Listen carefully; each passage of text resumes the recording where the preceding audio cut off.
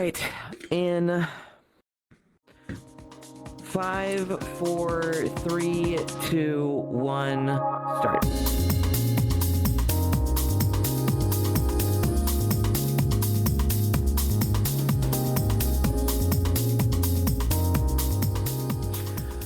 All right, everyone. Hello. My name is Midnight's in Valhalla. Welcome to Just Before Midnight one-on-one, or Just Before Midnight one-on-one with Velouria here. We got our special guest with us. This is episode 5, and we have my co-host Rob with me as well. Thank you for joining me tonight. For this interview, just earlier before we even started. Yeah, no problem. Just before we started, I've been getting BSODs. Hopefully we can, I hope I can get that down the road done. It's just been happening recently, and God, I love computers. First and foremost, would you like to introduce yourself to the people that are watching us right now? Yeah, sure. Hello, my name is Velouria. I am a soon-to-be hopeful VTuber and whatnot, avid VR chat person, World of Warcraft player, Monster Hunter Wilds. I make my own models.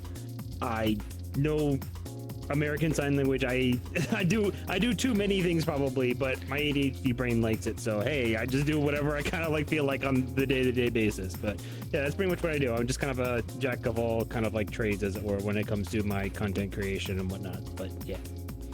Yeah, and one of the biggest things that I know you for is the egregious amounts of outfits that you have for your OC here. And I know we've had that discussion many a times when it came to how many you have. Yeah, I think when I counted last, outside of very kind of holiday-like outfits, I think I have like, it's either like 23 or 24 different outfits. Or something like that. I can literally have a different outfit every day of the month. From scratch?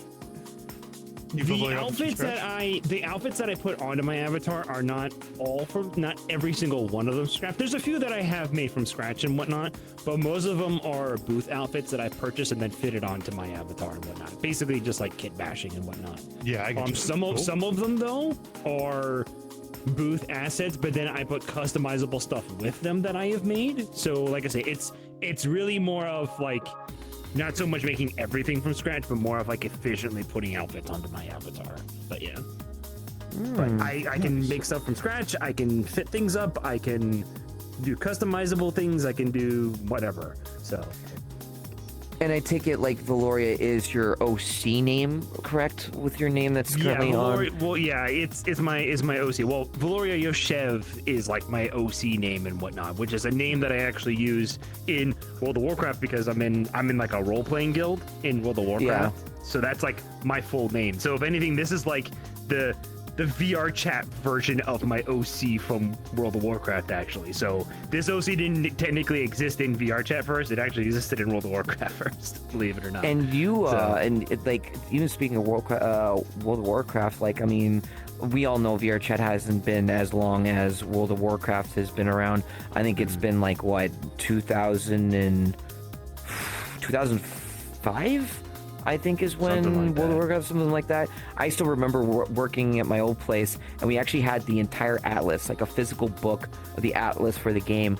I don't know if you have the atlas, or when did you start? When did you start playing World of Warcraft? I started playing World of Warcraft 20 years ago. Oh, so pretty... Yeah, I'm one of like the OG players, as it were, if that makes sense. Or as most WoW players, I'm one of like the vanilla players, if that makes sense. You know, playing back all the way from the base game and playing all the expansions up to the current one, which is the War Within, and then literally tomorrow, midnight is when I'm playing midnight. So midnight, you say? Yeah. Yes. like I said on my stream yesterday, this is going to be a very like midnight themed like 2 days. Like, midnight. Yeah, because I was on your stream before. You'll notice a lot of my stuff whenever I come to kind of like posting my content. There is like this weird crossover that I make with like all of my content. I somehow make Monster Hunter Wilds relate with WoW, and then WoW relate to VR chat, and then VR chat to that, and then everything somehow connects. I don't know how I make it work. I confuse myself sometimes with it, but I make it work. So Yeah, and like all the work that you've done in like VR chat specifically too. Like, do you do RPs or is it just mostly? I don't. The only reason being is because I just don't have time to. You know what I'm saying? Yeah. I'm like, typical VR chat creator. I'm not on VR chat that often because if I'm not playing VR chat, I'm either playing Monster Hunter Wilds or I'm playing World of Warcraft or I'm making my avatar for VR chat. I know the irony, but like, Yeah, right. yeah, but I think when it also comes to that, to just VR, just avatar creators in general, a lot of them create things for the platform that they're like, that whatever they can make, basically, but they can make money off of. Yeah. You know what I'm saying? If Yeah. they can make VR Yeah, chat yeah. avatars, they're gonna make VR chat avatars so they can make a living. But Yeah. when it comes to actually, a lot of the creators really don't play World of Warcraft. Like, I was about to say World of Warcraft, VR chat that much. Right. But World of VR chat. but like, World of yeah, Warcraft. exactly. But it's very interesting because, for example, I've been working on my avatar for the past few weeks, and when I basically have only logged on to VR chat just to take pictures to post on my social medias. That's Right. it, pretty much. And I almost prefer it that way because the whole reason why that I take the pictures is to show off my work. At the same Right. time, you know, when you're a avatar creator, you want to show off your work. And let's face it, Yeah. most social medias pretty much cater to creators, and most creators basically use social medias as a giant kind of like photo album or something like Yeah, that, or yeah. like a resume thing or anything like that. I mean, most Yeah. sponsorships, they look at your social medias to see if they want to, you know, work with you or anything like that. So most of the time, it's just like a portfolio. Social medias are just a giant portfolio for creators, pretty much. So that's how I look at my social medias most of the time. You were saying that you're going to start VTubing, but like in a way, as a content creator and a VTuber, just because you have, you know, a lot of stuff in VR chat doesn't mean that like people who spend their time building stuff, VR chat's a social platform. You come here and like you can schedule it as part of like, you know, what you might do in terms of like VTubing, where okay, well, this is the day I'll do World of Warcraft. This is the day that I'll do like a VR chat hangout with people who are my group. I know a bunch of VTubers that have like a dedicated VR chat day, and that's like the day they get on, but they don't like go through and do VR chat a whole bunch because they're more of like a game focused or like multi-game focused VTuber as opposed to just VR chat. Yeah, exactly. And the only reason, like, for example, in my bio on most of our social medias, I put on like aspiring VTuber. The only reason why I word it that way is it's not to discredit people who mostly who used to do their VTubing solely in VR chat, because there's some people that I know, for example, that like they call themselves VTuber and all that they do is VR chat and whatnot, which is like is fine to live yourself with the way. Me personally, as a creator, I view VTubers more of a media to present yourself with. Yeah, it's more of an avatar And- to present yourself than it is like a Exactly. VR chat Like sort of in like thing. VR chat, like you have to have an personality. avatar to represent yourself. While as I feel like VTubing, you almost have to go out of your way to make your choice to present yourself that way on live streams or anything like that. So that's why I don't call myself a VTuber yet until I make like, which I'm making a newer version of this current model that you see right now Yeah. as a VTuber that I can use to play other games. Like once I am able to, once I feel like I can actually stream with a 3D avatar that I have made myself or I bought or whatever and whatnot, and are able to play games outside of VR chat, that's when I feel like I can call myself a VTuber. I'm sure people call me a VTuber and that's completely fine, but it's kind of like a self goal, and it's more of like a self reward, like straight up the old like the Obama meme of like him putting like the fucking like Medal of Honor and whatnot on him. It's basically me putting the label on myself of being a VTuber by having like the VTuber model, as it were. But yeah, I would make the argument that sort of what you're talking about, VTubing is just you're streaming content and you're just representing yourself with an avatar. What medium that is done with, I think doesn't specifically matter. I think as long as the as long as the avatar itself represents you and it's custom to you, and it's not you doing like, you know, using Zenless models or whatever to go through, like not having like a dedicated model. And I'm not shooting that down. I'm just more of like, that is like that is a way of like getting myself motivated to actually work on my avatar. Because I've been working on this fucking thing for like 2 years God now. knows how long. Yeah, no. Yeah, like 2 years. You've been also like a lot of the stuff that you use, as well as like the one that you have right now is a body base, but it's modified from you, because I know a lot of your posts on Twitter have been you like moving things around, adding clothes, trying to get like a certain thickness on your.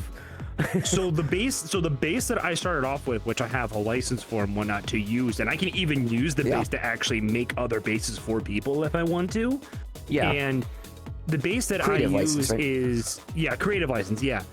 I have shown the pictures of what the base started off as, and then the changes that I have made, and people are like, that looks like a totally different thing. Like theme wise, all of that jazz. Like if most people, when they see that picture, they go, if you didn't tell me you started off with that, I never would have guessed.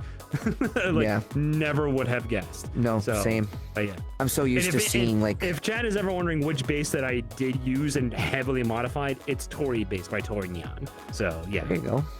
And put that in the picture. Yeah. Also too, like I know that you've garnered a lot of like like a lot of people like views and stuff like that through like just your OC and what you've made with all your outfits. Because by the way, the outfit choices you have, they're chef's kiss. I love them. Like the one picture that you sent me not too long ago is like, is it okay to post post this up right now before we start? I'm like, God dang, and I used it before. it's the what was it, St. Louis like Azure Link kind of dress kind of thing. Yeah, that kind of like it's another ball gown. Gown outfit and whatnot, which it's so funny because like so many people in VR chat, they either have some kind of casual wear or they have some kind of like cyberpunk theme to like their outfits and whatnot. It's so copy and paste and whatnot. And none of the, and of course there's nothing wrong with that, but at the same time it's like something different, please. like just be like a little bold, like just like a little brave, like put an outfit on your avatar that you want to have on your avatar, not necessarily something that's going to bring attention to yourself, if that makes sense. Like if you like the outfit, people will know you like the outfit, and that's how you get the attention that you need if you're trying to just go with this cookie cutter like outfits. Same thing that you see like everyone has. Yeah, exactly. Like when you look at like my outfit, like Mari did, or like you know, like you've got to represent. We were just mentioning it earlier. It's like how you're representing yourself out there, right? Because how would they know who you are if you look like every single other person? You don't really stand out. Your name maybe, but not a lot of people are going to notice it from above or the tag. They're just going to see what's in front, and when they see an image of that person, every time they see you again, hopefully they don't, steal your avatar, because you know how VR chat and rippers and stuff, how it goes. Then it's more of, it's more of like, I wouldn't say people have the same look on them or all look the same or they all use the same outfits. It's more of just like repetitive, the same theme, if that makes sense. Like one thing that I don't see often, that I think the reason why people probably like my like social media posts is because I actually put ballroom gowns on my avatar. I actually put like these out of the box, not typical outfits that people tend to put on the VR chat. Do they exist? Sure, of course there's other people who have outfits like that, but more often than not it's going to be some kind of casual wear, which is fine, or some kind of like cyberwear, which again is fine, but it's like, I want something different. Like do something different. I mean, in a world where someone's trying to be them in some way, but they can't really afford to do all the fancy things, but it's not even that. There's many ways to do it for free. Able to not have to get like Blender. Blender's free. You're able to like, if you take your time to go out there and actually like work on things, like even again, Vel actually was able to, at least at the point, get that creative license to be able to like modify stuff and like really hone your craft in terms of like sculpting, right? Because it's a good way to start, right? Just get something that's existing and kind of work that way to a point where then you can make your own. Because you're so used to it.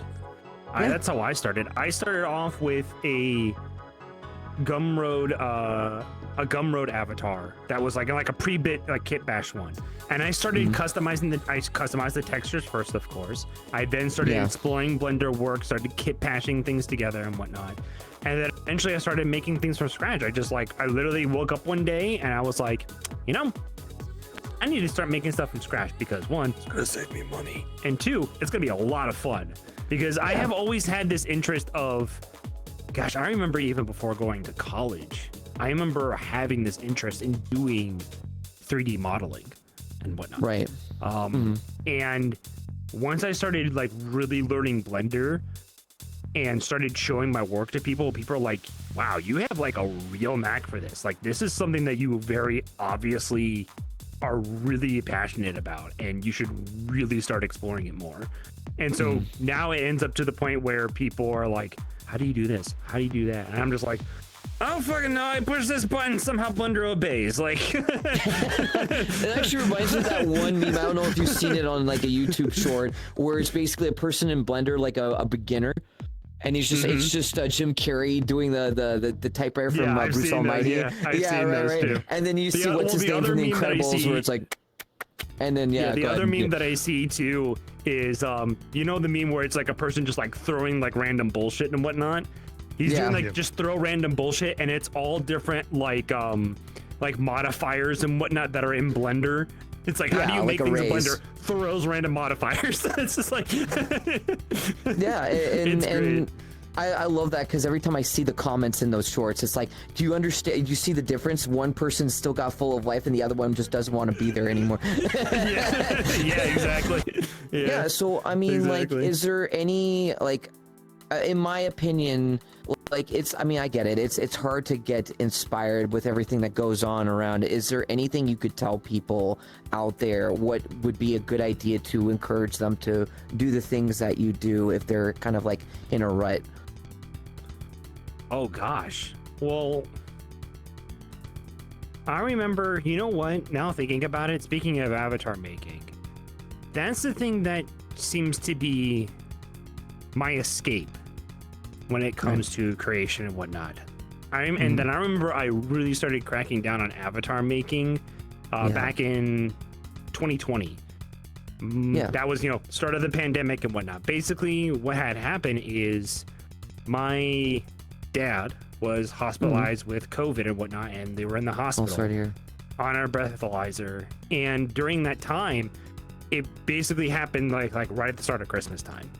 And I remember just like slaving away in Blender, just working on my avatar because I was at home, because I had to quarantine myself and whatnot, even for work, so I couldn't even go to work and whatnot until you know. And of course, you know, my dad being on my mind the entire time and whatnot. And I remember being in Blender and whatnot and just not being able to think about that situation for a little bit. It's not so, and which is like, I'm gonna be honest with you, that's not really healthy. Like, you should process, you know, hard times when it's okay to not be okay and whatnot. Yeah, of course. But at the same time, you do need to make sure you sit down and give yourself that release, because you're just gonna go insane. You know what I'm saying? It's gonna eat up in your mind. It's absolutely yes. So the best thing for me that worked for me was just creating something. When you're in a mood where your body and your mind is constantly thinking of the things that are being destroyed, creating is going to be the best thing that you can do. Just, it doesn't matter what you are creating. If you are creating memories with friends, making art pieces, creating creating a good time with your friend, like anything that is going to be creative is going to help you in any kind of rut. Just having like a study group or something like that. Maybe you want to both kind of work in Blender together. And here's the thing, it's not even so much that you just need to like be with the person and whatnot. Just get your mind out of everything is gloomy, everything's falling apart, as long as you are able to realize that those things that are falling apart, they're probably falling apart because they're out of your power. Right. As long as you are able then to create something which is in your power to do, you'll be fine. Yeah, the problem is still going to be there, but at least you can temporarily relieve yourself and allow you to realize, oh, things are not as bad as my body is saying. When I start creating something, like when I feel like I'm in a rut and whatnot, I sometimes I open up Blender and I work on my avatar, I make VR chat photos and whatnot, or what I'll do is I'll just like fucking clean up my room. Like, you know what I'm saying? That's all. That is also creating something as well. Creating just like I said, just creation in like the most deepest detailed description, like small text of the word definition creation. Yeah, where something is not being torn apart and whatnot, as long as you're putting something together, whether it's yourself, a thing, or somebody else, that's going to help you. Yeah, like even like easily, one of the things my mom always taught me is that sometimes after a while, it's good to move some furniture around and make your room look different, because if you see the same thing over and over and over again, it just drives you nuts. And you don't see that. Like mentally, you're just like, okay, I see the same thing, whatever. But subconsciously, you actually are just going insane until it just happens. And even the simple things can do that. So that's a good insight about that. Like cleaning is a great example. There was a recent thing that somebody said where, you know, obviously, like in the U.S. and whatnot, I'm sure other countries, there's a lot of chaos that happened in the month of January. Like a lot, and we're not going to get into it that much. No, but there was one person who said, "There's no way that a single person is going to be able to think about all of the hardships that are going around the world at the same time and not become insane. There's no way." There's no way that you can sit there and have the capacity to comprehend that don't take all the information. They don't. And you know, people always say like, oh, because it's not a problem that affects you, then like that's the reason why you don't have any sympathy. It's like, no, there's only so much you can do. I have too many things on my plate. I want to be able to focus on that because I do believe in it and whatnot to fix it. But like, I can't help a person if I can't help myself. Exactly. Like if I am not in the state where I am helping myself and making sure that I am stable, how the fuck am I going to know if something else is stable? Like, how can I make something else that's stable? They'll think that you're selfish or something in that lines, and they don't understand that, right? Yeah, exactly. They think, now you're thinking of yourself. Well, it's not even so much thinking of yourself. It's more of like, you're just trying to make yourself feel better by doing this. It's like your heart is not really in it. You're just doing it for yourself. To be fair, there's also a lot of people that judge others and do posturing but do nothing for themselves. Yes. So, like, it's easier to judge others when you're in fact guilty of the same thing. Yeah. Right. It's the whole part of the problem instead of part of the solution kind of thing. Yeah. One quote from an anime that I always like to quote to myself or to other people who tend to think that way. Black Lagoon. Black Lagoon. I haven't watched Black Lagoon. Yeah, Black Lagoon. Fantastic. Classic. Yeah, there was a situation where the main character Rock goes up to Revy, who is the main, the other main female protagonist, and he goes, "If there is no hero around, why don't you become one?" Which is basically saying, like, instead of just sitting there complaining and feeling like, when is this going to be fixed? Why don't you try and fix it yourself? Yeah. Right. And that's the best way to, because again, that's part of creation. That's part of creating something. Like, how are you going to be able to fix what's there if you don't learn from that mistake to make yourself better and improve? Well, it's not so much just like the mistakes that you have made, but it's just a problem that's around. People telling you to fix stuff when they have the capacity to fix it themselves, and then getting angry at you because you're not doing it when they could be doing it. Yeah, because it's like you're depending on them instead of... No, it's because they're angry at you because they feel that they themselves can't take action, so they're asking you to take action when they in fact have the power to take action. And then to their credit though, one thing that I also tend to say to people is that there's no way that you can also fix all of the problems, but you also don't have the knowledge on how to fix a problem. Like, if somebody were to come up to me and be like, hey, how do I install a new alternator on a like a Honda Civic or something? I'm gonna be like, fuck if I know, and I can't help, I can't help you with that problem. You know what I'm saying? But then I'll direct that problem to somebody else who probably knows how to solve that problem. You know, Funny enough. so there's also the quote of, not everyone can be a hero. But that doesn't mean you can't become one either to somebody. Like, yeah, I mean, funny enough that you mentioned that. Everybody too. has their niche. No, and that's true. It takes actually, funny enough, the mention you were saying about, guiding someone where they can, help you there, because you don't have any idea. My mom had a car accident not too long ago. I actually explained this in my a few of my streams beforehand, that my mom has been trying to get. She was involved in a indirect car accident. It was a hit and run in a parking lot. There was a truck that went I think 30 or 40 miles an hour I don't know why he was going that fast, but it was in a big light truck and dragged the car a little bit and grinded on the right side of the vehicle, or left, sorry. It completely, since the car is a 4-wheel drive, the axle in the back completely bent. The arc of the base of the body is also bent, including just a massive scratch right across the passenger side car.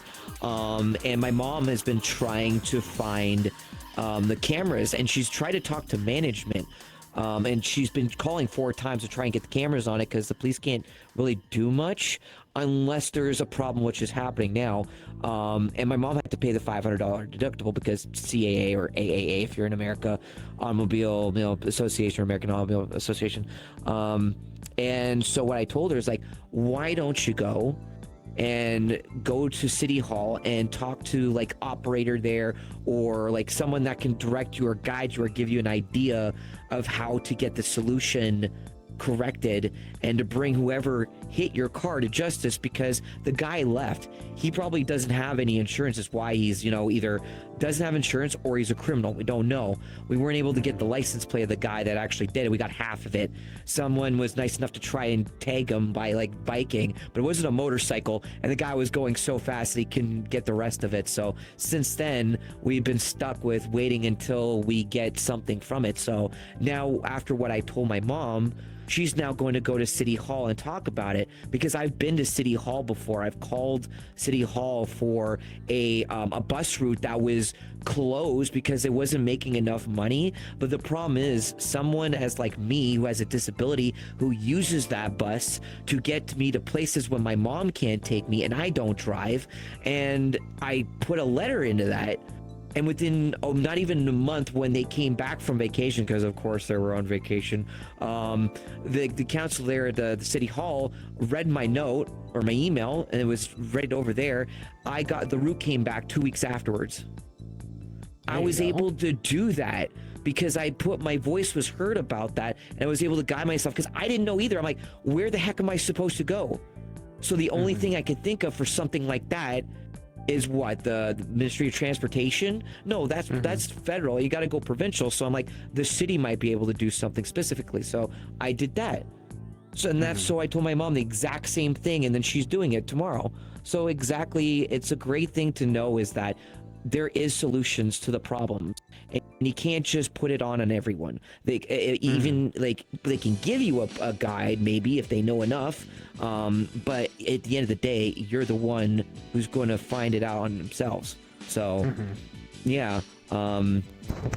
funny. Yeah, I mean, when it comes to things like problem solving and stuff like that, a lot of people back then, especially parenting is a big thing, teaching your kid how to problem solve things, right? Using building blocks that are on the carpet, and then having them build stuff, simple things like that. We don't really, not a lot of parents do that anymore. Most of it's just here's an iPad, here's your phone. Here's don't bother your phone. Me. Don't bother. Yeah, exactly. And you got to give them something to work with, so they can engineer their brain to start building up you know, Understand their how to future solve and problems. understand creation. Yeah, I saw. yeah. Go ahead. Yeah, I saw this one person where this streamer was like unable to comprehend how the portals worked in Portal, and was just going through the same like saw loop that. over and over again. And I was like, Yep. either this person is like has no critical thinking whatsoever, or like they're just trolling people, because it's like, how do you not comprehend this? And so. Yeah. And it's sad, right? Because back in like showing our boomer selves, like back then when we didn't have that thing, we had to go outside, we had to draw, we had chalk that we would And drink from put on the hose ground. water. Yeah. I mean, there was parks that had Drink that, out like of you the had the bottle. pump and stuff like that. God no. We had to kill a man and do eat that. him to survive on the streets. No, but that's the most important thing is like if you ever have a child, make sure to give them something like right there, like physical. Do you remember Connects? I think we were called Well, Connects. I think that's a big thing where there's a Legos. lot of. I Legos. think it was Yeah, like Legos. there was like I'm not sure what you want to call it. Auto parenting was like a thing for a bit, but like more and more people that I talk giving a tablet and saying good luck. yeah. The idea of like that type, we've seen the consequences of that, and I think a Right. lot of people I know in my generation are like, you know, even now that talking about like, I'm not going to give my kid any sort of like computer or tablet device until he's like 13 or 14, because Which is you know, like you Almost need impossible. well, there's a difference between like doing the computer and then using it for like typing and word processing versus like, you know, engaging them in physical stuff, engaging them in Problem solving. puzzles, like stuff like that that doesn't have to be on a tablet, so you're not Yeah. scrolling. And you know, there was a study done about like the idea of like people's attention spans getting shorter and shorter because they're spending all their time looking at short form content and like, you know, just Yeah. scrolling as opposed to doing something more like reading. And Right, you yeah. need reading, because if you're just doing like short form Yeah, content and comprehension. stuff like that, well, you're not using like your frontal lobe and all that. You're unable to focus on things. Exactly. Everything kind of gets like drifted off into one thing. Something attracts you to something else, and then you're scatterbrained pretty much in that instance. And it Exactly. grows more and more the older you get. It applies to what you've learned during that time. And in this case, like when I mentioned to you about it's kind of almost impossible, because when you go, you're going to take your kids to school, and those schools are going to have computers and stuff like that, right? Unless you're getting them homeschooled. Like there's different ways of doing that, but like in a majority of sense, schools are going to be your biggest thing next to, of course, daycare centers. If you can't, you know, if you're too busy to spend time with your child, that's another thing. That's a whole different other topic of knowing how to focus on your child, how much you can spend, because we all know that this day and age it's difficult to even have a child, and then some. So like I mean, it's real, right? I mean, You're right. What I'm chuckling at for a moment is that it reminds me of this, like, there's one argument where it's just like people are always, it's an ironic thing that I've noticed where people are always like, you know, do it for the, like, you know, the children, like what about the children of the future and whatnot. And I'm sitting there going like, my generation's having kids? Like, it's like we're able to afford, like, who's affording these creatures? Like, if you were born in 2000, you're cooked. yeah, exactly. I'm sitting here Right. going, I was just like, what generation's being made that's gonna like, Right. like? Have you seen the of course, Inception there thing with are, the and Leah? it's important to do Yeah, that, of but course. I always kind of sit there and it's just like, I don't know about that argument. You know what I'm saying? Like, Yeah. And usually people who are saying that are all of like the boomers and Gen X, who are constantly like, you know, when there was a big giant boom of people and whatnot that were being made, Yeah, the that were, huge amount that of were in increase an of affordable population time that and the whatnot. planet's starting. Yeah. You know, it's like, of course, like, yeah, you're gonna think about the future of your kids because, like, that's what you're gonna think about. You know what I'm saying? But Yeah. at the same time, I feel like with our generation, it's more of, again, back to the problem of like, if I can't solve my own problems, how am I gonna raise something that's going to have its own problems to have to try and solve itself? You know what Exactly. I'm saying? Yeah. Like, solving your own problems is hard enough. Can I Helping afford mentally another for a kid? being that Yeah. you know has some kind of like, you know, like will and whatnot, teaching them how to solve their own problems is a whole different can of worms to open. Like that's something totally different. Like Yeah, exactly. Like, can I afford like mentally a kid if I can't help myself teach my kid the problem solving that I need? I don't want to just throw in an iPad and call it a day kind of thing. So yeah, I completely agree with you on that one. Another topic I actually wanted to ask, because I actually had someone in the chat. It was Ray. You were mentioning, I believe, about sign language, because you've been knowing like learning of sign language for like a long time now. Like, how long have you been doing sign language for? It is going to be 6 years in a month. A month. Nice. Yes. Wow. 6 years. Congratulations. That's amazing. Yeah, I've been pretty steadily going with the whole sign language thing and whatnot. And believe it or not, everybody, always asks me, well, what's the reason why you got into sign language one day? It's like, believe it or not, the only reason why that I got into sign language is because of VRChat. VRChat is actually the reason why I started learning sign language, believe it or not. One of the things that it's always really funny, because it wasn't until about 3 years of getting into sign language, or my mom at one point, when I was telling her I was learning sign language or whatnot, she goes like, yeah, that's actually like, of the languages for you to learn, that's the language that you should learn, like 100%. And I looked at her and I go, why is that? And she goes, well, when back when Dad was here, when you were a little kid, we went to this one seminar and whatnot, and your dad noticed that you weren't looking at the person who was talking. You were looking at the interpreter that was on the side of the stage and whatnot. Of course, I didn't know what the signs were. I had no idea. But that's something that my dad had noticed. So whenever he would bring me out to like the stage and whatnot, he made me be able to see the interpreter and whatnot. And my mom then also commented is, when I was being diagnosed with my ADHD, I was diagnosed like very, very young. Like, we're talking before I was even middle school young. When I was diagnosed with it, the psychiatrist told my mother, if you're going to communicate with him, make sure that you use movement along with your communication. In other words, move your hands around. Speak Italian, you know what I'm saying? Yeah, well, that's the thing with like retail. Like, when I used to work in retail, I would use my hands to like explain things, like not just through my voice, but through an image of like showing them through that method. And in a way, it's very sketchy, sign language, because you're just giving them something else to focus on. Right? It's gestures, exactly. Exactly. So that was something that I learned. But of course, sign language is a whole different beast, because there's like so many, of course, letters and having to like culture. Well, there's a culture behind it. There's people behind it and all that jazz. So which is all stuff that you need to learn. Of course.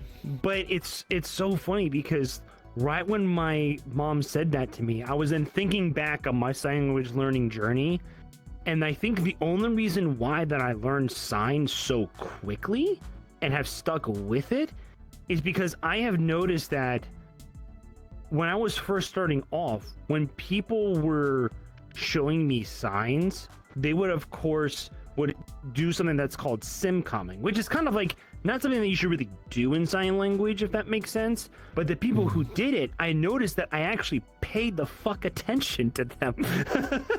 Whereas, like, if somebody were to just like sit here and just talk like this and not move their hands, I'm immediately just like going to somewhere else. Like, I'm going somewhere else immediately. Like, but you're if they're drifting, moving their hands and they're signing along with talking and whatnot, I will pay attention to their hands and not actually what they're saying. I will actually translate their signs, not their voice at all.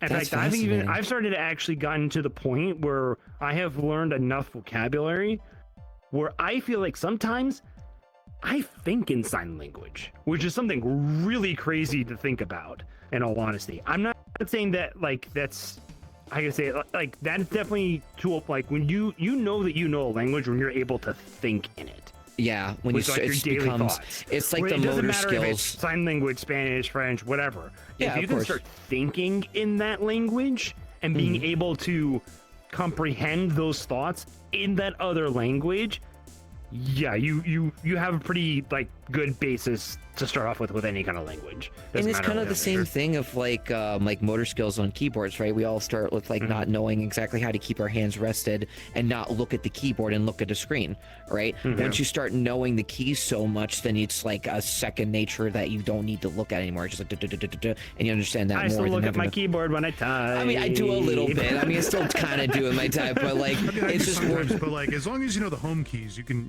get some real like. That's the big Yeah, trick. is learning WASD, home right? keys. Yeah, WST or Yeah. even like the little the WSD braille. and I the guess you could arrows. say the You just braille that's like that. on what the J and the F key. I think there's a little bit of braille on I it. Well, think that's it went braille. completely over their head. Yeah, that's WASD That's just me. numpad. That's the home keys. WASD numpad. We were talking I about the just- gaming home keys, not the actual typing home keys. Pal. sorry. This is how bad I am with jokes. It goes over my head, and my community knows how bad I am Do on you that. type? That's crazy. This day and age. Bro, do you even meme? I don't. I What are your suck fucking at it. words a minute, dude. Man, I'm just gonna talk to my mom and say how much I suck. One of the biggest things I'm so fascinated in is like being able to do the sign language within VR chat. Now it's different from doing it like in real life, because the thing is that you have to kind of work within the boundaries limits. of Yeah, VR there's chat, limits. right? But you're able to bypass those limits by thinking outside the box, correct? When you have your mall with the Yeah, course, so the language remember one? how I was talking earlier about how like a lot of things are connected when it comes to just my content creation and things that I know and whatnot? This is Yeah. one of those moments where like 3 different things are going to connect. So let me explain. Sure. So the reason why that I even started playing VR chat is back in, I think it was 2018, 2017 and whatnot. Do you remember the VR funny clips that they would post and whatnot back in the day? VR oh funny? man. VR Yeah, funny? so Nothing I remember. so I would watch these like random like like clip videos and whatnot of VR chat streamers when VR chat was like really growing and like really booming and whatnot. Right. This was And just after at one the point, what came up on Gunn my Knuckles thing, YouTube feed was this one exploration of like the very first Mr. Dummy world. Mr. Dummy Yeah. is a deaf person that hails from oh man. Oh my I'm pop trying to quiz. remember what EU country. Yeah, I'm sitting there going like, oh shoot, I've This is known gonna be on your person for, final like, exam. 5+ years. I don't remember where they're from. Oh god. That's how old you're getting. It starts to get like that. But anyways, they were exploring the sign language world, and I was just Yeah. I remember that was the first YouTube video that I think I've ever watched start to finish without pausing, and like I was immediately zoomed in and whatnot. It was me seeing that video where I sat there and went, all right, I'm getting into VR. Like this is like there's no way that I can ignore this. And I got an Oculus Rift, and when that was the first VR headset that I got, and I remember hanging out in a random Black Cat, how it always is, and this one person was like using sign language in Black Cat, and I was looking at them and I was like, where did you learn that? Like, how did you learn that? And they've dropped a portal to the Mr. Dummy world, and c'est la vie, now we're here. So, and it was in that sign language community that I have discovered, because of the limitations with your avatar and whatnot, a lot of the sign language users had a custom avatar. They were, and they weren't even content creators. They had a custom avatar not because they were creators, but because they needed the avatar to accommodate for their hand usage for sign language. Right. Like with the default gestures and whatnot, like some of them wanted like like the I love you hands, for example, on their avatar. I think you and whatnot. mentioned how to teach me that specific one. Yeah, and like for example, and like for me, the only reason why that I even know anything about like avatar creating or how I even got into that is because of the sign language community. It wasn't something that I just picked up. It was because I needed to make an avatar to accommodate for my sign language. So sign language, so anything that's like VR chat creative wise for me, it all ties back into sign language reasons. In fact, you'll probably notice that I have these kind of like funny hands on my avatar and whatnot that I can do. And it's because of an OSC program called Thumb Parameters, which the whole purpose of the program is to help you do these sign language supported hands for your avatar and whatnot. Right. And and here's the thing, I even use it for other toggles on my avatar. You don't need to even have it for necessarily sign language. You can use it for other things. Yeah, use it in your radial menu, and you can enable it if need be, and then you could disable, or you could just have the regular gestures, right? And Yeah, exactly. be like I never had Well, like it. for example, yeah. you know, I could do like part hand, all that jazz and whatnot. So Yeah. I can. So that's the other reason why to do it too. You don't necessarily have to use it, but again, all Yeah. of it stems back to the only reason why that I'm into avatar making and in VR chat is because of sign language. That's the whole reason why. Fucking That's Whole entire amazing. reason why. And like, So funny story about that gesture. You may want to be careful when using it. You know what? Is Ray in the chat? Ray's in the Ray chat, was right? in the chat Parker Jr., earlier. I Ray love hasn't Ghostbusters. messaged since then. It's been like Hey Rob, 20 minutes. do you have Val's Twitch chat up? Yes. You do? Okay. Do me a favor. Do that gesture towards Midnight of Valhalla and have Ray translate what that sign means. It's probably something about filing taxes incorrectly. God, me. Do you do it? Yep. Do you do it with the Ray's fingers? in there. Yeah, like that. Yeah, and just show it to Ray's the here. camera. Eh, What's that sign, Yeah. Ray? What's that sign? Yeah. Wiggly's gonna have a fun time making this edit and post. I can understand what you say. We're just wondering exactly the way that Rob What about this? next to Velouria means Yeah. and sign.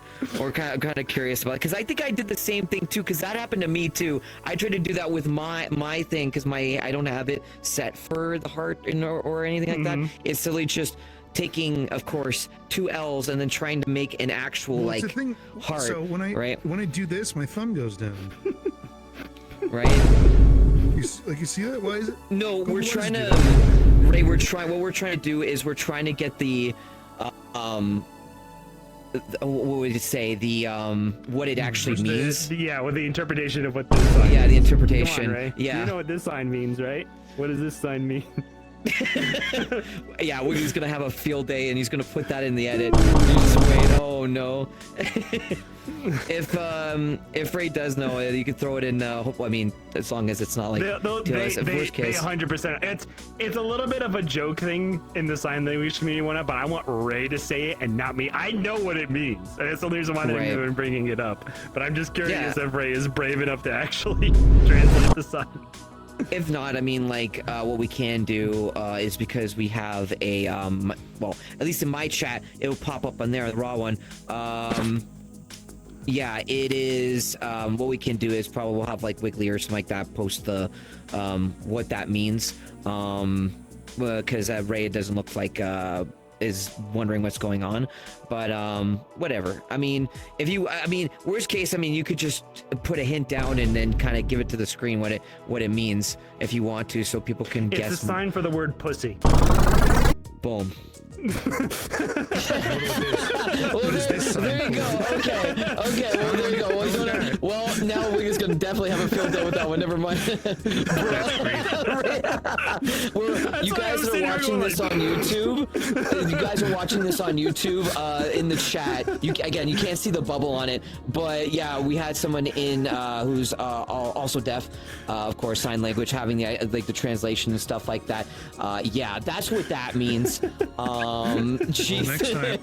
Well, now we know what you're gonna do next time. There's That's one why that I'm I just do sitting that here. now. That's why I do that now. Yeah, do that. That's a way better solution. So it's There you go, so there you go. funny because you're talking about like scrolling like on Twitter and whatnot, and of course I see all of these VR chat photographers and whatnot doing that gesture, and I'm just sitting there just going, Poor people that don't even know it's the best part. It's so hard not to just like to do some ERP in like the Just Be Club. Like we don't know that. Hey, Maybe they're secret doing it and they know password. exactly what they're saying. Secret password, go to the B Club. oh my god. But yeah, anyways, Yes. don't do that sign. That is not a correct sign. It's not a good sign You're to probably learning. do and whatnot Yeah, out in public no. and whatnot. But Yeah, don't do that out in public unless you want to get have someone go, ugh. They know, God forbid. So another yeah, thing, you'll get some funny looks from a deaf person if you use that sign in front of them. I can already see the face going, ugh. Yeah, What the exactly. heck? Okay, so another thing too is that you mentioned about being the sign language is the reason, or VR chat is the reason why you got into the whole sign language thing, correct? What really got you into VR chat in the first place? Like, what really was the light, or basically the trigger to get you into wanting to? I kid you not, it was sign language. That was literally the reason. So it all just works together and it was more one of those things where there was definitely a period when I first joined and whatnot, and I was more of just like I was figuring out the game and whatnot. Yeah. Because to give you an idea of how quickly I got into the VR chat thing, I got my Rift headset probably sometime around Christmas, either the week before Christmas or the week after. And I would say probably 2 weeks into VR chat, I was then starting to learn sign language. Right. And so it just came in form. And then here's the best part. Had a Rift headset to start off with, right? 3 months later, I got my first index. That's insane. Was that by just you or by your community? Like, it that was helped me. pay for No, it? I wasn't a content creator at all when I first started off in VR chat. I didn't do any. I really didn't do any kind of like streaming or anything like that. Like I said, the reason why that I am even playing VR chat these days is because of sign language. That's literally the reason why. That's so unique, because most people just come in here because they want to drink. No, I mean, well, and just talk there's about. There's a very big sign language community in VR chat. One of the first people I met, Tina, she was really big into ASL when it came to like VR chat, and had a whole group of people that were like doing. And here's the thing: the because only it's really reason why surprising how dexterous some of the fingers can be to make like all the different signs. Yeah, especially now. Well, the other thing too is I think the reason why sign language has become so like successful in this game is that like for example, one thing that like a lot of people notice, and just how the deaf community really noticed, especially during lockdown of COVID, is that, you know, since it is a kinetic language in the sense where like, you know, have to have something that's like you have to, you know, physically see it, obviously, to get it, you really understand it. Yeah. During lockdown, deaf people were heavily secluded when it came to that. And of course, during that time, you had a very big influx of sign language users and deaf users getting into VR chat because they discover, oh, I can use sign wherever I go in this game. I don't have to type anything, because like most online games, if you think about it, Valorant, World of Warcraft, it's all typing and whatnot. And then you of course have the convenience of being in a voice chat and whatnot.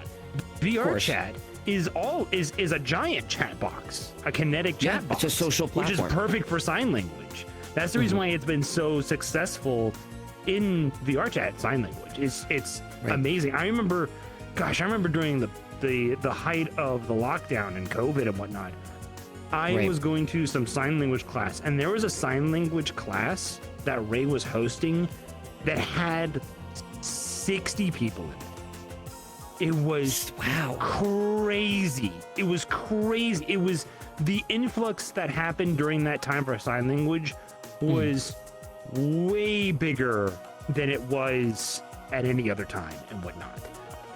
That I would say probably of all the communities that I know of in VR chat that had a really big boom during the COVID lockdown, it was sign language for sure. It was the sign language communities. Absolutely. I would bet $5 it's probably like one of the biggest communities that grew and whatnot in that time. So yeah. Wow. It was absolutely crazy. I remember during that time and whatnot, and of course that when you're having a lobby of 60 people, this was 5 years ago when like VR chat wasn't really that optimized, to be honest with you. Yeah. And a lot of people didn't really have optimized avatars. Yeah, so we that had the lobby big boxes, that lobby was a lag fest and a half. It was so oh my gosh. And we didn't have the avatar calling stuff. Imagine trying to use a kinetic language with lag.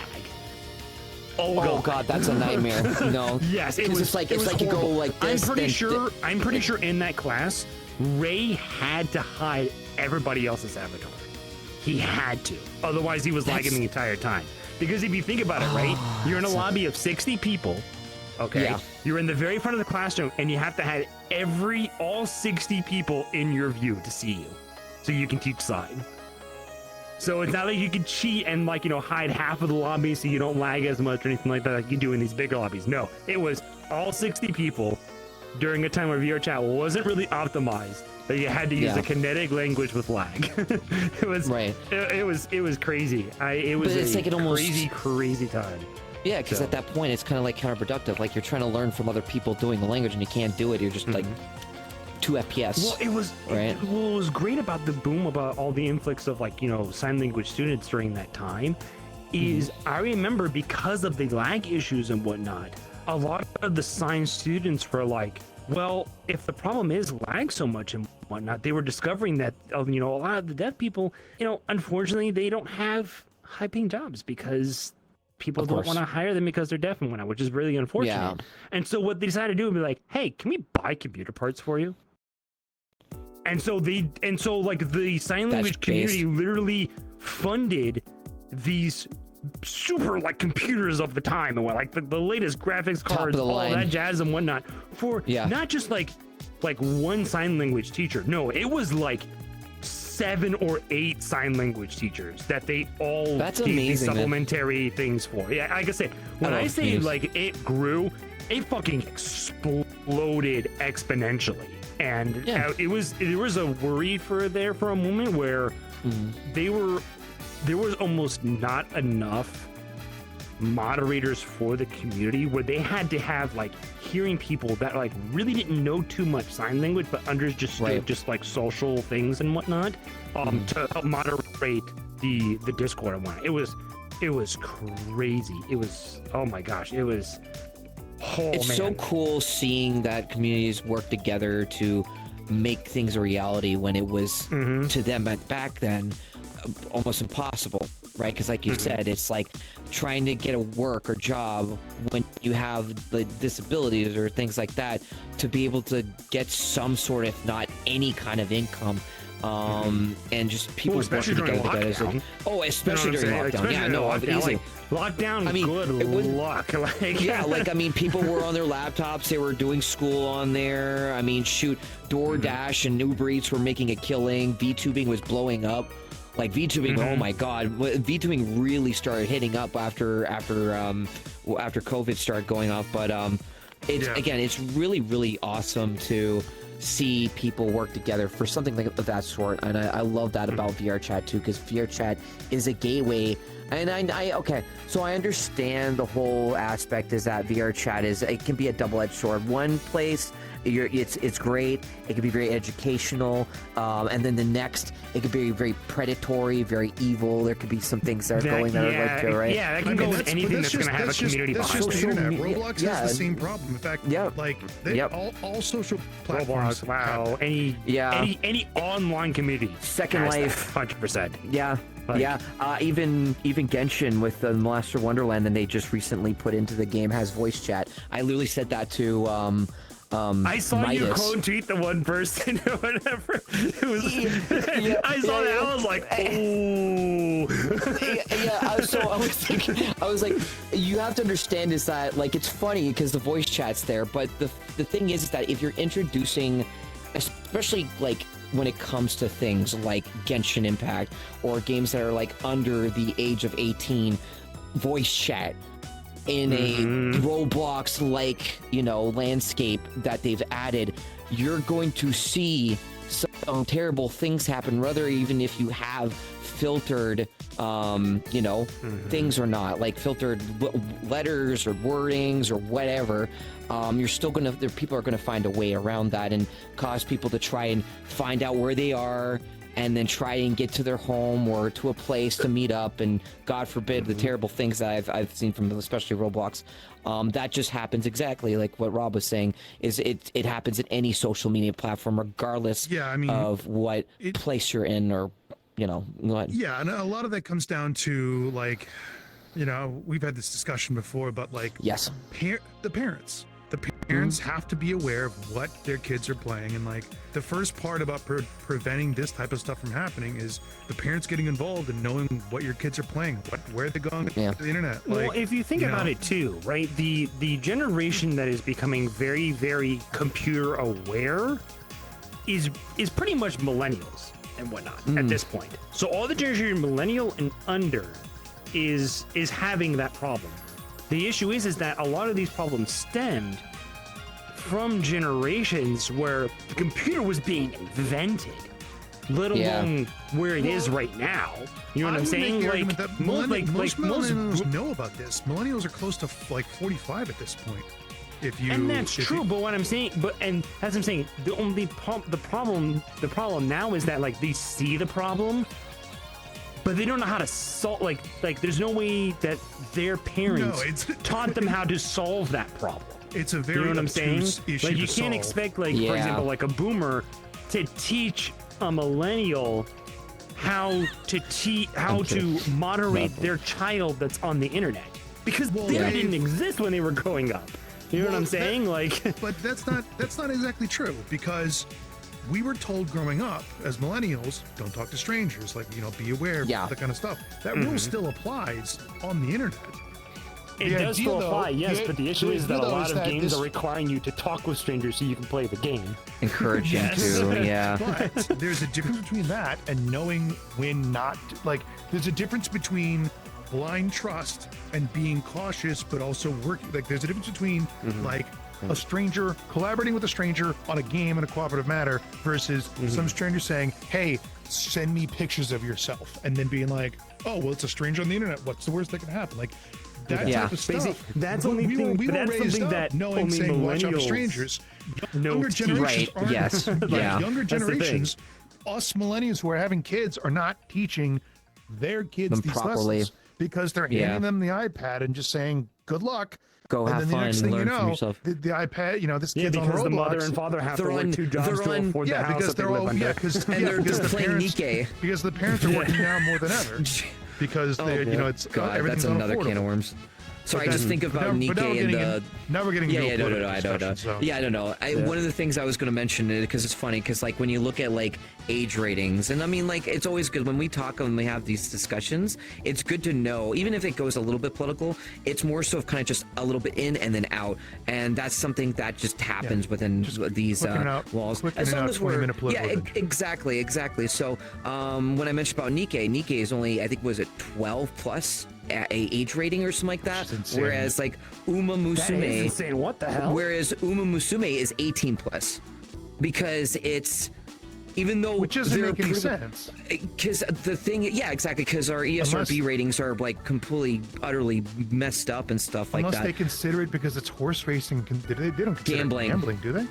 No, they consider it gambling. Yeah, because it's That's considered why. horse racing. Because it's big in Japan. Horse racing in Japan is the biggest thing. That's So, probably why then. yeah, and the thing is that you're building up your horse to, you know, win. And you're going through a horse. And then you have the gotcha system. You want to get a better horse so that you can do better and have higher ratings. And so the kids will start getting into the parents' credit cards and stuff like that. I don't need a better And horse. I age- got gold see, chip that's and so the strange, bourbon to because, kill a like, man. think of it this way, right? Why would Nikkei want to also keep their rating that low when most of the people between the ages of 12 and 17 don't have a job to pay into the gotcha? Like, Because it has there's enough- something that never made sense. It's to very me free-to-play personally. friendly. It's gonna be here's what they're probably targeting. I think the 12 is just a bucket, because I don't think the E ESRB has something for like 15 and up. I think they go 12 I and think 18. it's just teen. It's T for teen. Yeah, T for teen, but like teen is 12, 12 and up 13, is what they consider. yeah, 13 and all yeah. that. Like you know, that's kind of hand waved. But I think the idea is that they want to get the 15, 16, 17-year-old high school kids who are hitting like adolescence and going like, ooh, boobies. And those people will then go to their parents to say, hey, I need money for this game. The parents aren't looking at the game to see that it's some woman shaking her ass in front of the camera. Shooting the gun, literally, or so, seeing like their so they're outfits. "Oh, here's Like your- I've seen, they're here's very your allowance grandeur, for very $50, revealing. And then it's like they don't know that it's like basically him just like handing a 50 to a stripper and be like, yeah. Yeah, exactly. Because even some of the So- costumes in the game are gotcha. Like they even added a gotcha to costumes, and that's why I don't like about that. But like that's the thing. It's like you give your kids something that they're able to just get. It doesn't matter what kind of ESRB rating, because they're just gonna find a way to get to it and play it, and not having that type of like learning structure to teach them when they're old enough, then they can play that kind of stuff, right? I didn't get into that stuff until I was like 23, because I was fully like outside. I love going outdoors.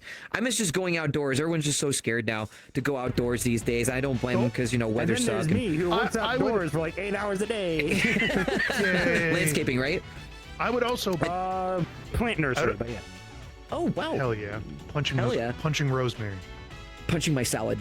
Sorry, that's an ASDF reference for anyone who knows. I'm punching your salad. Where's the Yeah, go ahead, Rob. Sorry. I don't think there's really that many kids playing Nikkei. I'm gonna assume that like most kids are on Roblox. Like most kids are on Roblox. Like that's it. That's Minecraft. The child sweatshop or Barcraft. Right. Okay. Yeah, but like most kids are on Roblox because that's like the thing to do. You know, it was Fortnite, and those kids aged out, and now like the younger generation is on Roblox. And because Roblox is extreme, you can play Roblox on a browser. Like it's extremely accessible. Yeah, you could play VR chat on the phone now. It's all driven by player-made content. Yeah, and like that's why Roblox is so successful, because it's legally a child sweatshop, basically, where you have the children make the stuff, they sell it on the marketplace, and I think Roblox takes like a 50% cut of all the money. That's crazy. Oh yeah, no, it's an absurd amount. It's a huge cut. Right. Well, I mean, kids can't even take that money because they have to survive.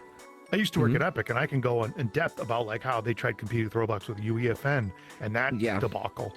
But like, there's a lot of people who want to try to compete with what Roblox is. Even GTA is talking about GTA 6.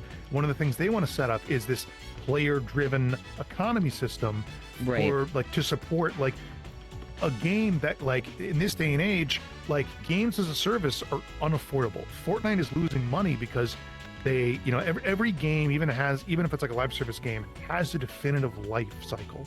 And the cost of making assets to try to sell in the store gets you diminishing returns. The idea of like, we need to sell more things. We need to keep selling more and more things, and that costs more and more money to make. Right. And not only that, but like, you know, if we're putting RoboCop or a Disney character or Marvel character or whatever, then you start talking about lost royalties. Of like, how many people do you owe money to keep all the stuff in the game?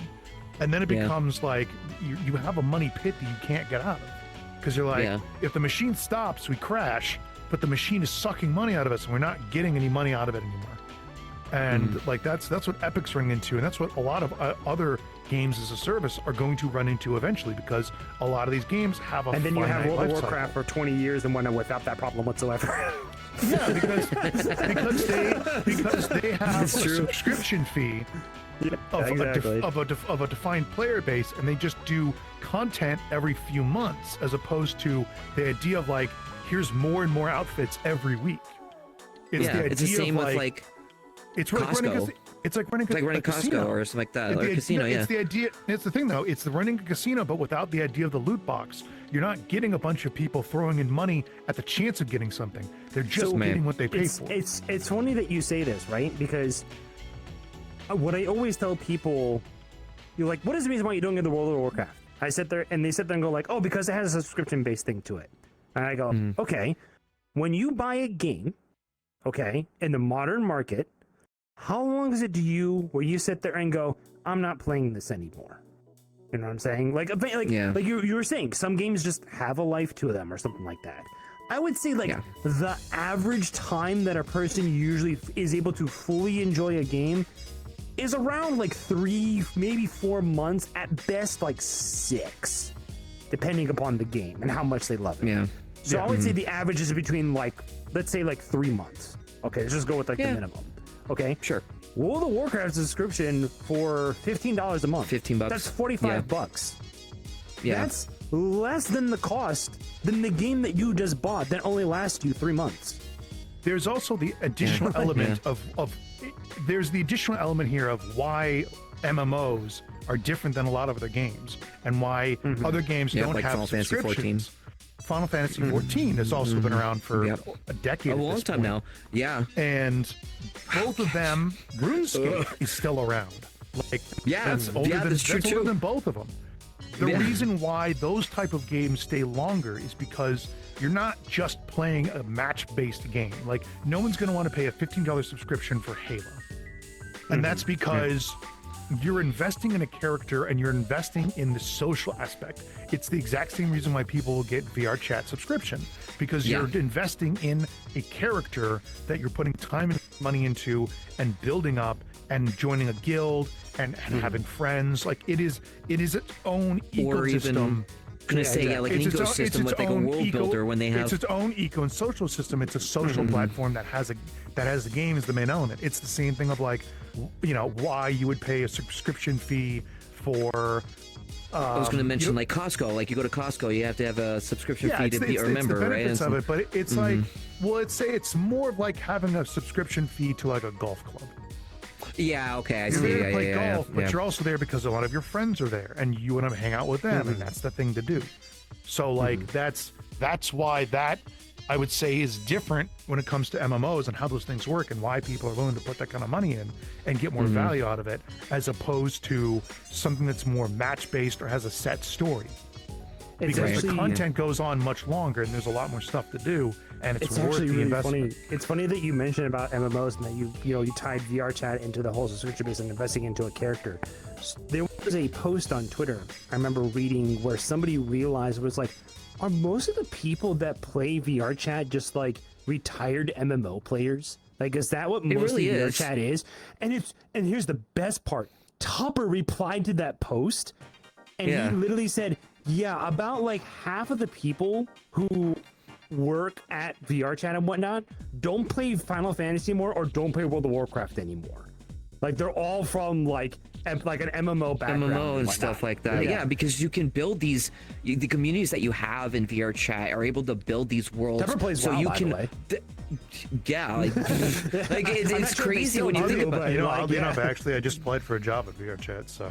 Yeah, guys, you heard it first. Yeah, I'm so happy I mean, for there's you no on way that I'm one. gonna get it. I don't know anybody No, on the but team. hey, don't say, hey, not with that attitude. I don't want to hear that.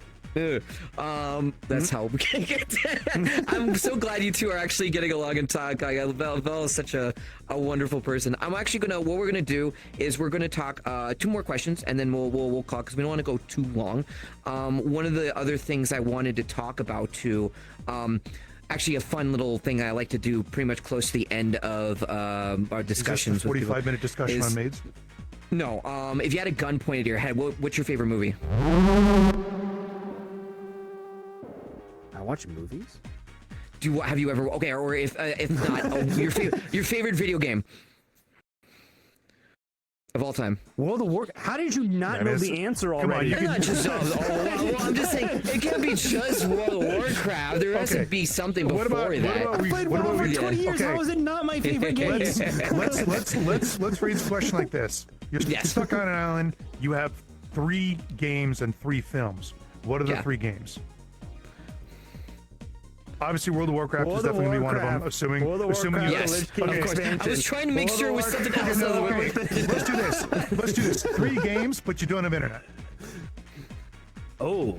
That's a good one, You actually. can play Monster Yeah. Hunter Wilds without internet. So I guess Monster Hunter Wilds.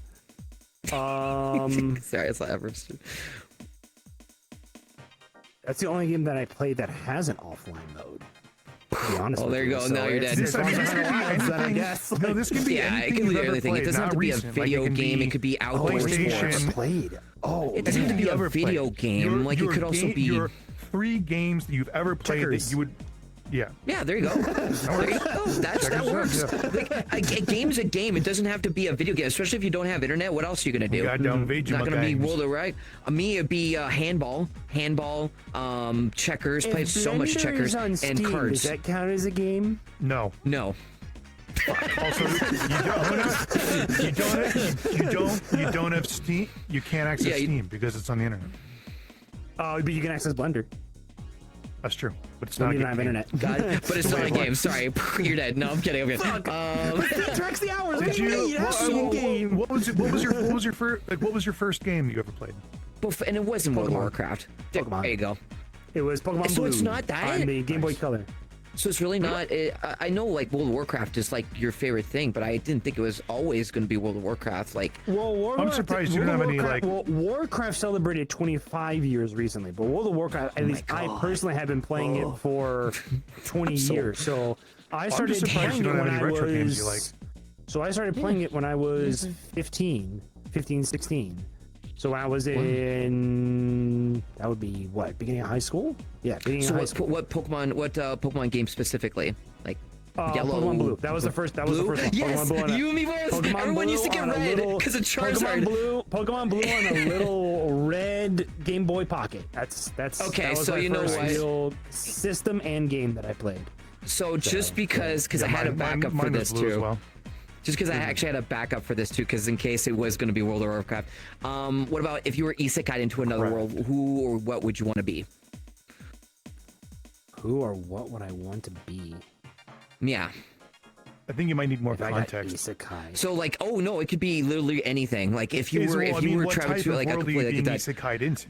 exactly like what would you be in that world, and tell in a description what you'd think if that were to happen to you. Oh, okay. I mean, No, in all honesty, I'm asking, this. what is the? like Is there a this. set world, or like what type of world would you want to be isekai'd into? the That's question. pretty much yeah. So like me, for example, if I I mean, were anything to that's going to be like World of Warcraft-esque. You know what I'm saying? Like old Damn it, me? Like, Very much not committed gonna to the lie. bit. Like anything Yeah, no, game real. related. If it's like, what's Yeah, your it favorite is. aspect? What's your favorite thing? It's like it's gonna be WoW related. Like, why are you asking Now I these just questions? imagine it's you as just Ron Damn it. Swanson just showing up to like some like MMO meeting. Just someone's like, "Oh, welcome to the MMO meeting." You're like, "I know more than you," and then just like walking away. World of Warcraft. I know more than you do. What actually like for me, like if I were to isekai in somewhere else. My dad used to work at Blizzard for 7 years. All right, here's a great question. Right on. Yeah. Do you play Horde or Alliance? Alliance. There it is. Tell us about your World of Warcraft character. So We know their name. But what are they? So ironically enough, the first class that I picked in World of Warcraft when I first booted up the game and whatnot was a Night Elf Hunter. That was what I first started off with, and that was on my brother's account because I wanted to try out the game and whatnot. And it eventually got to the point where like my brother wanted to play it and whatnot, of Yeah. course, and he didn't want me to on this account. And so I went to my mom and be like, "Hey, can I have a World of Warcraft account? Like, can I have my own like account and whatnot?" And then that's when I made my paladin, and that was the character. So I have not. So not only have I been playing WoW Yeah. for that long, I've played the same character that entire time as well. So I have like a Jesus. 20-year-old like your character on That's it. insane. I think if I did like so, there's a way that you can do if when you open up WoW, you can do like a /play, which tells you the time that you've spent on that character. Yeah. I think my game time is like 2 years. Yeah. Like 2 years, the game was nice. being played. Not Wow. like that. So over a 20-year period, I've played the game for 2 years. So Did you ever play- I have been in World of Warcraft for 2 years. Did you ever play Guild Wars? Nope.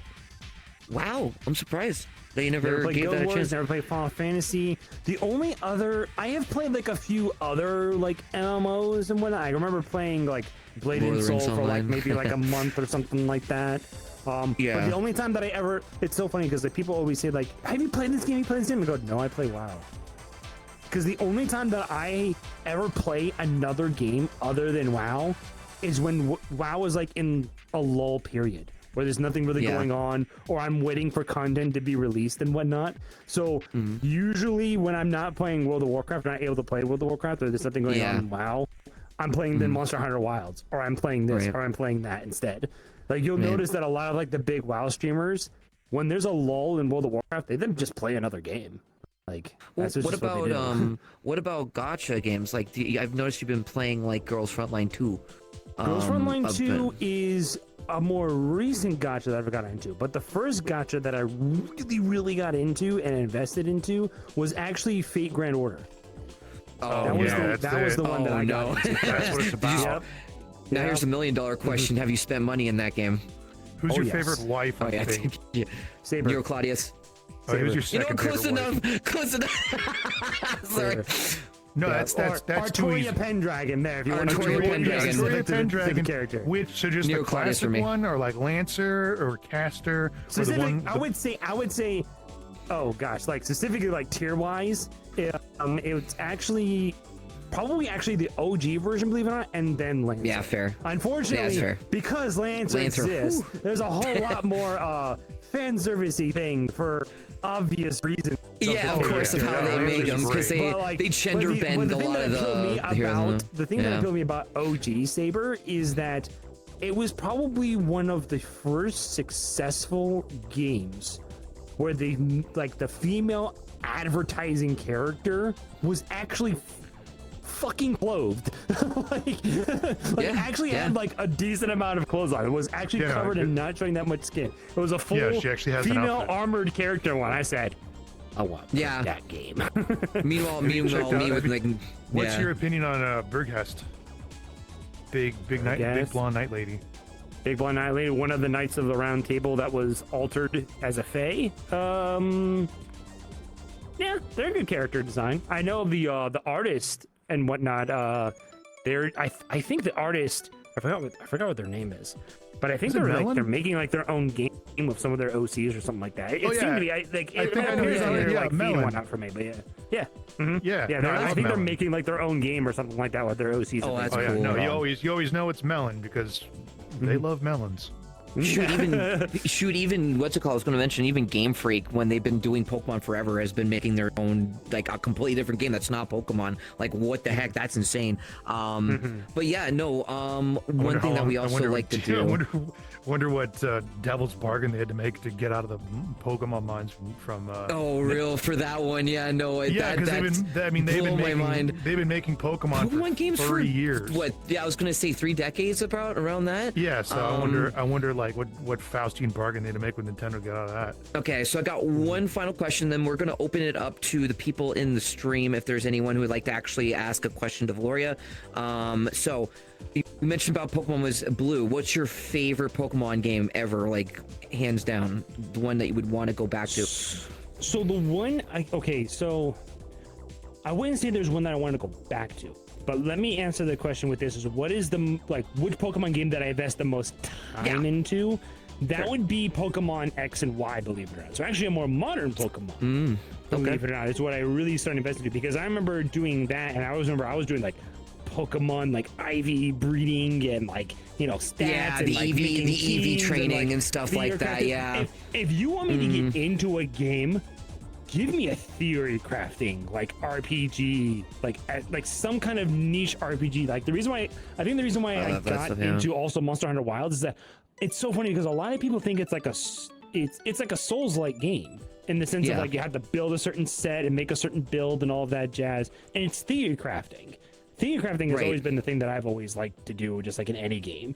Like so of course when it comes to like first person shooters and whatnot, I look at it and I go like, I want to be able to think. I just don't want to point and shoot. Like, can I at least think? You know what I'm saying? I want to feel like I'm doing something. Players who play like shooting games and whatnot. I was just like, you kind of let me think into a game so I can get invested into it. I was gonna say you can only do so much with something simplified. There's a difference between simplified and oversimplified, and you want something that's gonna make you want to keep playing the game over and over. Like mine in Pokemon Platinum. Platinum was the one that I think that was the one that got Platinum. Yeah, I remember having that. No, Platinum was goated, and I think that was actually the first time that EV training became a thing was Platinum. I'm trying to remember exactly. I think, but Platinum was the last Pokemon that I played before I stopped.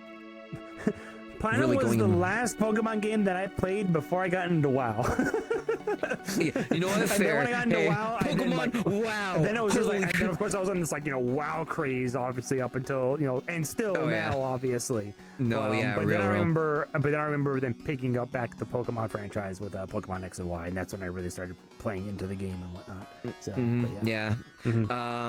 I went from Blue to Platinum, and then I played Pokemon Snap, but I don't really Pokemon Snap. I remember playing. I remember playing Pokemon Blue, and then I played Pokemon Yellow, of course. Yeah. Oh yeah, that's right. Blue, Yellow. The Game Boy Color for that. Soul Silver. After that, and then of course Platinum, and then that's when I stopped playing. Right. Who's in the chat? Platinum mentioned, heck yeah. Now, guys, again, if you have any questions for Velouria, we're opening up the questions to you guys, and then after that, we are pretty much done. And I want to tell you guys something really cool if you haven't already noticed. During it, yeah, right. The time flies again. It's a yappers. Wiggly, Wiggly. I hope we got enough for you. But yeah, we'll give it about 60 seconds. If anyone doesn't say anything, then we usually like to either have Rob say one more question, or I'll throw one more in, or heck, even Val, if you want to ask us a question, sure, shoot, we can throw that in that before we end. So for that last minute, while we are waiting for the chat to say a question that they'd like to talk to about you. This here, if you guys didn't already know, this is my new bar, Galaxy 2.0, made by the amazing Tanner. This is a planetarium bar. This is literally when you walk in, you're in an elevator. Of course, you have this has warning, potential epilepsy, warnings, all that stuff to make sure that you don't cause any issues for yourself. You click it in, you go out, you're in a main cool little sidebar where you're waiting. But then you go into this portal that kind of reminiscence of a little bit of Doctor Who, a bit of VR Chat's old loading screen days of when you're loading in, and then you're into this place, which is not fully done, but we're giving you guys a taste of what's to come when this bar fully comes out. Tanner, for people who don't know, made the Dracula's Castle world here in VR Chat. If you haven't been there before, you should definitely give it a look-see, because it's absolutely phenomenal. The first time I saw that we world, did an interview with Tanner and did a whole video on that thing, so they should go and watch that stream. That was episode 3, because Zula was episode 2. We did the first podcast, and that was episode 1, technically speaking. Then 2 was Zula. Then 3 was Tanner. Then 4 it was Zach, and now episode 5 with Vel. So are you planning on having an official release party to have people come in and check out the bar? Yeah, I'm wanting to do something like that when we do when we know for a fact that we have everything set, because that's something that I definitely want for there'll be hiccups, and we'll have eventually this world will evolve a little bit. There'll be, of course, more interactions with stuff. Right now it's just RP. There's no the midnight bar kind of thing where you can do the thing like the game does, but we'll get there when we get there, and it's a completely nice place that we'll be using this for our future interviews it's a really for nice that. world, So I have to admit. You can look up and it looks like you could see galaxies, and it's just it has a space. I love space. It's go to a planetarium, go learn stuff. It's important. Read. What you need to do is have an Easter egg where every 15 minutes in the world, you just have one of the Gladios balls just go across into space. Oh, a space! I was thinking of something, not like that, but maybe a little cute little thing where you can find maybe my little Tipsy model. Have your mascot Tippy. Tipsy, space. Oh, that's a cute idea. Yeah. So we didn't have anyone in chat mention anything that they wanted to ask. Well, actually, Zavi, I guess we'll count you for the question.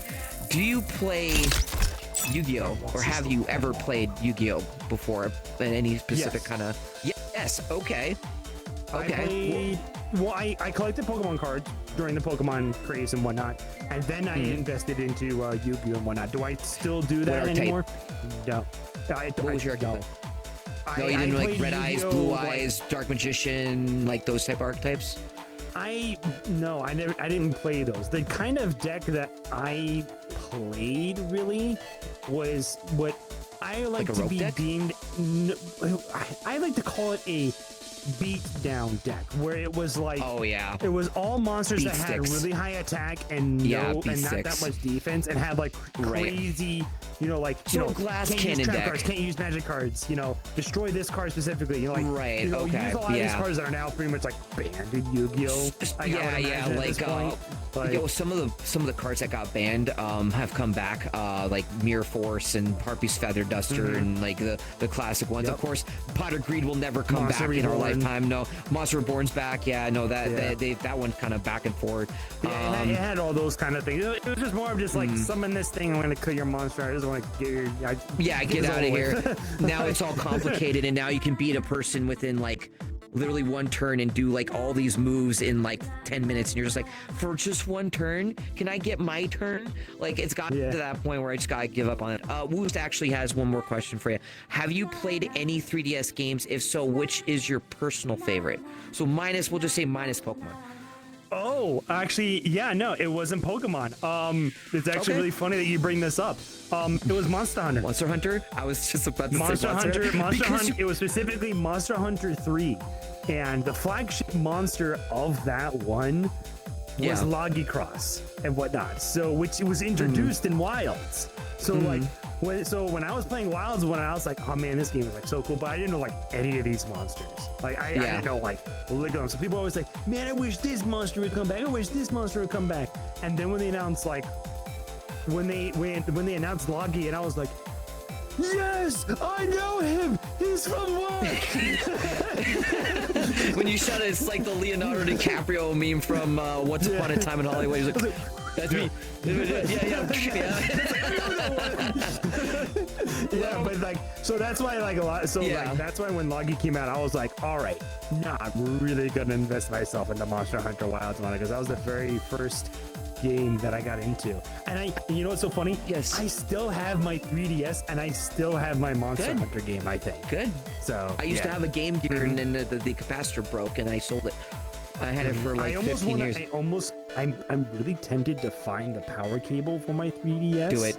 And boot it up and see if I can. I can find like the charging cable, buy one or something like that, and for sure charge and boot up that thing and see where I got to in Monster Hunter. In Monster Hunter 3. By the way, one more thing before we go to congratulations on the accolade. You got that big because that's a Monster Hunter thing, right? Was it? Yeah, it was like it was called. golden... It was for completing the quest to prove a hero, where you had to fight 4 10-star monsters and whatever, which are the hardest to finish.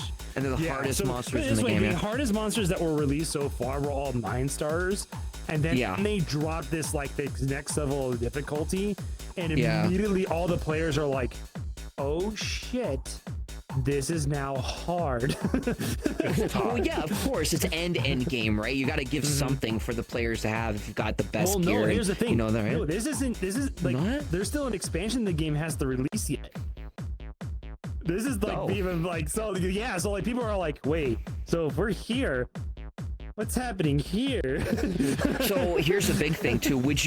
There is no MMO for Monster Hunter right now. Like, well, no, a lot of people forget that Monster Hunter is an MMORPG. You know that, right?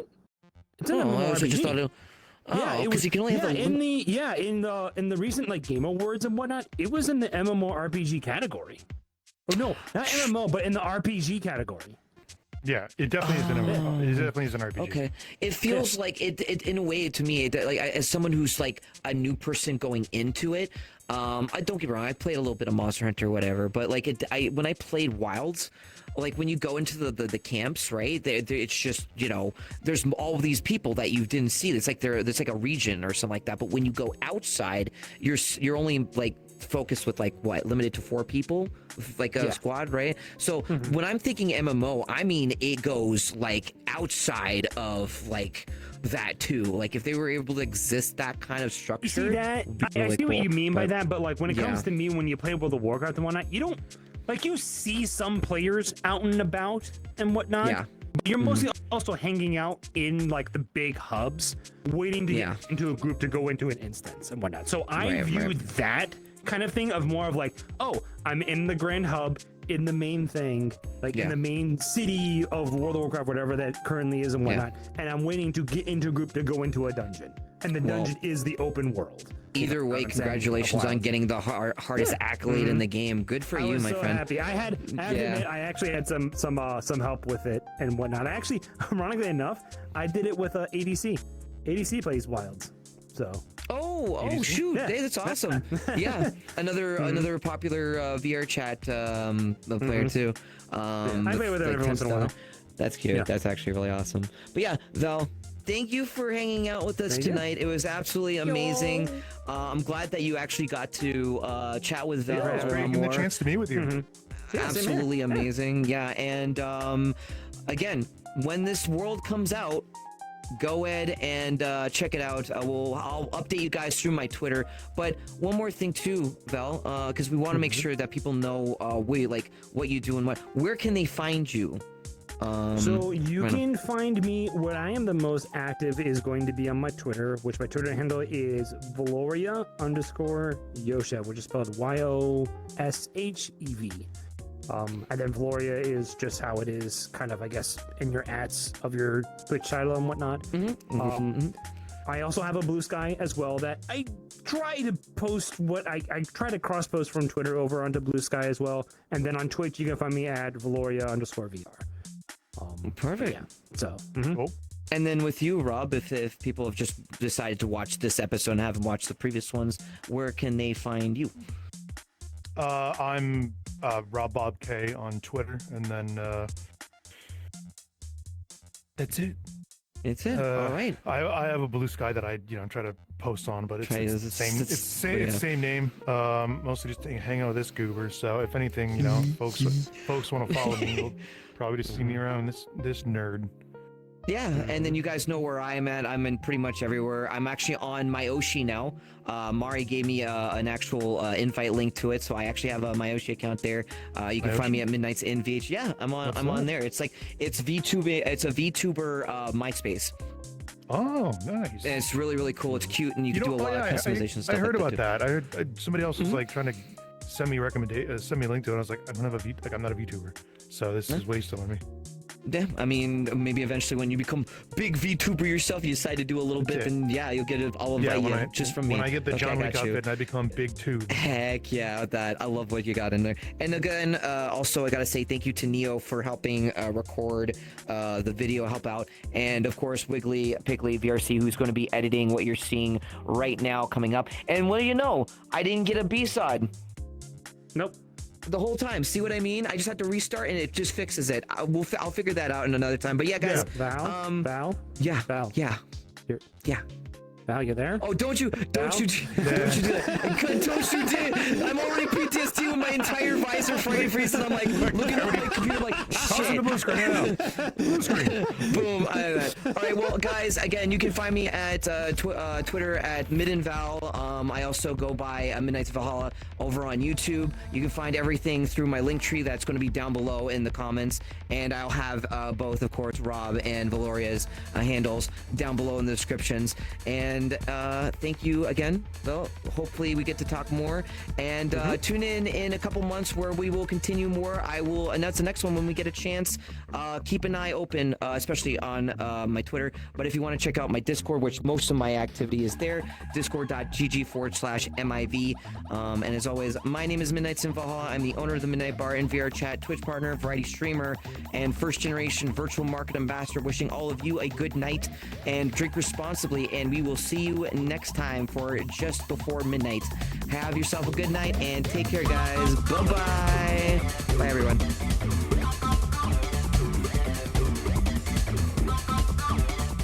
And we're good. We did. Cool. We saved the city. All right, cool. Can I fart now?